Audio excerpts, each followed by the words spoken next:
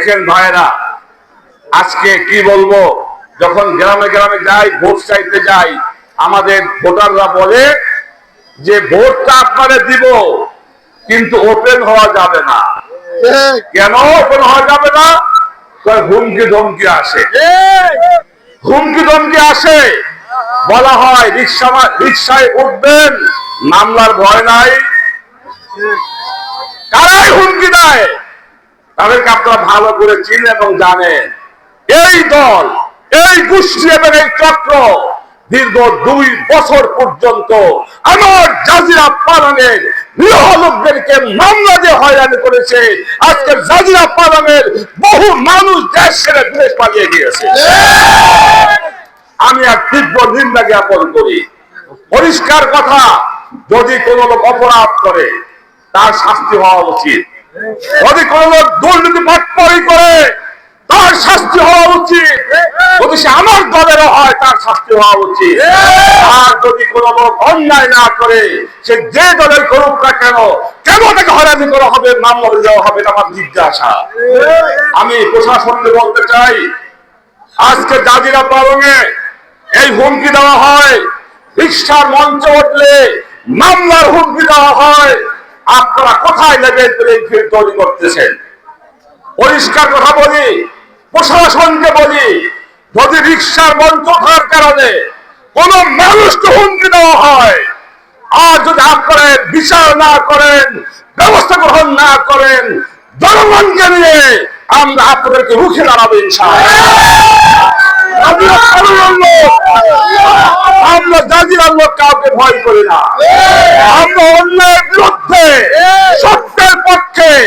আমি অতএব আজকে যদি কোনো মামলার আসামি বিএনপির মঞ্চে উঠে বৈধ হয়ে যায়, হালাল হয়ে যায়, রিকশা মার্কার মঞ্চে উঠলে কেন সে মামলা খাবে? আমার জিজ্ঞাসা, যদি কোনো মামলা আসামি যদি ধানের শীষের মঞ্চে উঠলে সে বৈধ হবে, হালাল হয়ে যায়, রিকশার মঞ্চে উঠলে কেন সে আজকে হারাম হয়ে যাবে? আমি প্রশাসনকে বলবো, আপনারা আমাদেরকে নরম ভাববেন না, দুর্বল ভাববেন না। আমাদেরও শক্তি সামর্থ্য আছে। আমরা শান্তি চাই, আমরা শান্তি চাই। আমরা মাজলুম হতে চাই, জালেম হতে চাই না। যারা ভোটারদের হুমকি দেয় এরা জালেম, আর আমরা মাজলুম। আল্লাহর সাহায্য জালেমের বিরুদ্ধে, মাজলুমের পক্ষে। প্রশাসনকে বলবো, আপনারা লেভেল প্লেইং ফিল্ড তৈরি করুন, লেভেল প্লেইং ফিল্ড তৈরি করুন, সুষ্ঠু নির্বাচনের পরিবেশ তৈরি করুন। দীর্ঘ 15 বছর জনগণ ভোট দিতে পারে নাই, আজ জনগণ ভোট দেওয়ার জন্য মুখিয়ে আছে। অতএব ভোট দেওয়ার পরিবেশ তৈরি করা হচ্ছে আপনাদের দায়িত্ব। আরেকটি বিষয় বলতে হয়, আমার খুব হাসি লাগে, হাসি হাসবো, কি বলেন? হাসিয়ে দিছি। আজকে কোন একটা দল বাড়ি বাড়ি গিয়ে কি দেয়, ফ্যামিলি কার্ড বিতরণ করছে। ফ্যামিলি কার্ড বিতরণ করে আমি ফেসবুকে দেখি, বলে যে আমরা ক্ষমতায় গেলে এই ফ্যামিলি কার্ড দিয়ে আপনি ভাতা পাবেন। দেখেন কত বড় ধোঁকাবাজি।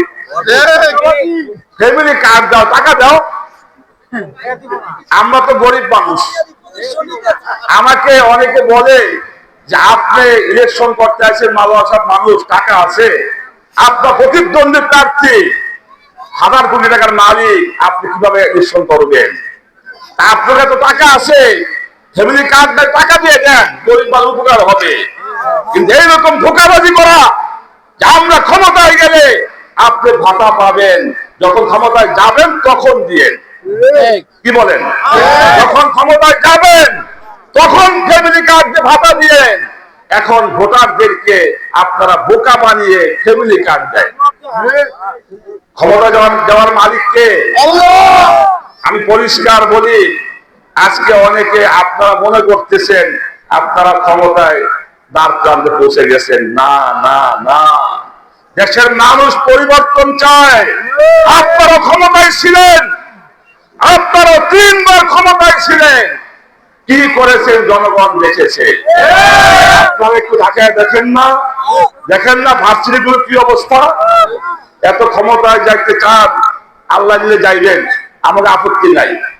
কিন্তু এরকম ধোঁকাবাজি করে ভোটারদেরকে, গরিব মানুষ আমি দেখছি ফেসবুকে আমার গরিব দুঃখী মা বোনদেরকে বলে যে এই যে ফ্যামিলি কার্ড, আরে আশ্চর্য ফ্যামিলি কার্ড। আমি কত মনে করছি টাকাই দেয়, ওর জিজ্ঞেস করে দেখি যে একটা কার্ড দিয়ে দেয়। এই কার্ড দেওয়ার মানেটা কি? Visiting card. এই কার্ড দেওয়ার মানেটা কি?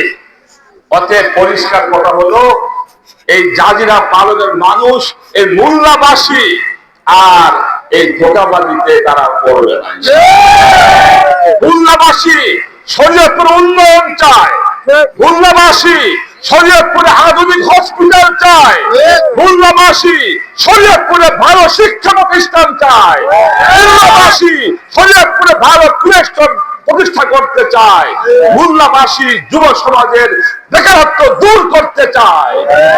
আজকে দেখেন যুব সমাজের বিষয়টা আমি বলতে চাই, আজকে আমার যুবক ভাইদের জন্য আমরা যদি সুযোগ পাই, ক্ষমতা দিতে পারি, আমরা এই শরীয়তপুরে ভালো কারিগরি প্রশিক্ষণ কেন্দ্র আমরা তৈরি করব, কম্পিউটার ট্রেনিং সেন্টার তৈরি করব। আমার তরুণ ভাইয়েরা এখান থেকে ট্রেনিং প্রাপ্ত হয়ে বিদেশ গিয়ে তারা চাকরি করবে, বেতন ভালো পাইবে। দেখেন আমার কি উল্টা কাজ, আমার যুবক ছেলেরা বিদেশে মাথার গাম পায়ে ফেলে রেমিটেন্স আমার দেশে পাঠায়, আর এই চোরের দল এই টাকা বিদেশে পাচার করে।